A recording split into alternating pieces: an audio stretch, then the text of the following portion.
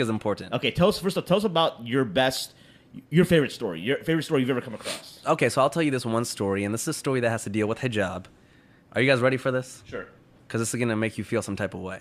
Okay. I'm good. So in 1955, in Syria, there was a family of 5, a mother and a father and 3 daughters, who decided to flee the country, flee Syria, and head to America. Now, the father told the wife and the 3 daughters, listen, I'm going to go to America, I'm going to go to California, I'm going to get everything set up, and then 3 weeks later, you and the 3 daughters come meet me in California. So the father flies to California, is getting everything set up. 3 weeks pass. The mother takes the 3 daughters, and they head, from Syria to America. Their first flight was from Syria all the way to New York City, where they had a layover. Now, when they landed in New York City, the customs said, hey, you guys are here new to America.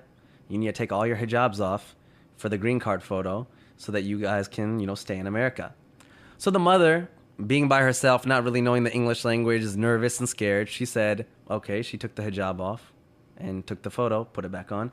Next oldest daughter did, second oldest daughter did. The third daughter, a 13-year-old girl named Hala Atik, said when it was her turn, hijab is part of my faith, and I don't want to take it off for this photo. And the security, they kind of went back and forth with her, and they said, well, listen, little girl, we'll send you back to Syria if you don't take your hijab off for this photo. And she said, I would rather go back to Syria. And this is a young 13-year-old girl who flew all the way from Syria to New York in a foreign country. They're in a foreign country. She should be scared. She doesn't know what's going on. She said, I would rather go back to Syria than stay in this country if you guys are going to take my religious, rights away. Security came, management came. They put her in a back room. They made each older sister go to her separately and talk to her. They had the mother go talk to her. Then the 13-year-old girl said, I don't care who you bring back here. I will not take my hijab off for this green card photo.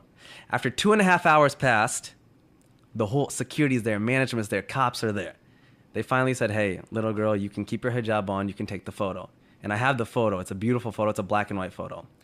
What year is this again? What was this? What 1955. Year? Wow.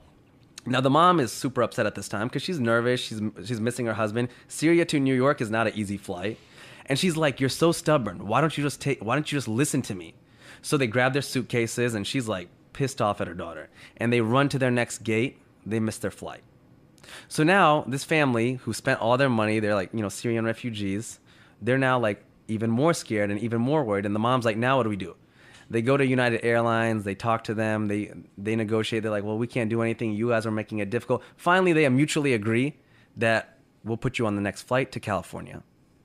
They get on the next flight. While they're flying to California, the mom is yelling at this 13-year-old girl like the entire time. Like, you're so stubborn. I miss my husband. I'm tired. They land in California, and their husband's, the father's there, and he's in tears and he's crying. And he's like, you're alive. You're alive.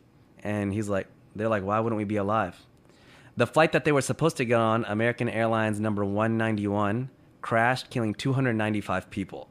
It was the biggest crash in American Airlines history. Wow. And the young girl, Hala, 13-year-old Hala, looks up at her whole family and says, hijab saved our life. Wow.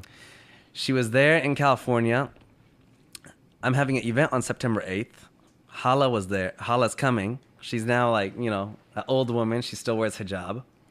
I put this on my platform, Muslims of the World, about a year and a half ago. Over 40 million people ended up reading that story because it went viral.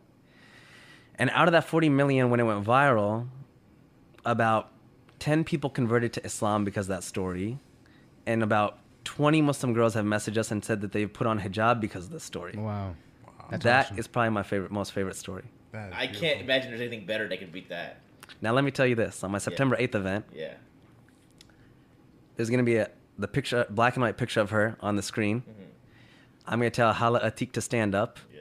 And I'm going to tell her that after the story went viral, there was somebody that wanted to meet her, and there was a Hispanic girl in New York City who ended up converting to Islam because of this. And I'm going to tell her to stand up. They're going to be right next to each other. They're going to have no idea who each one another is.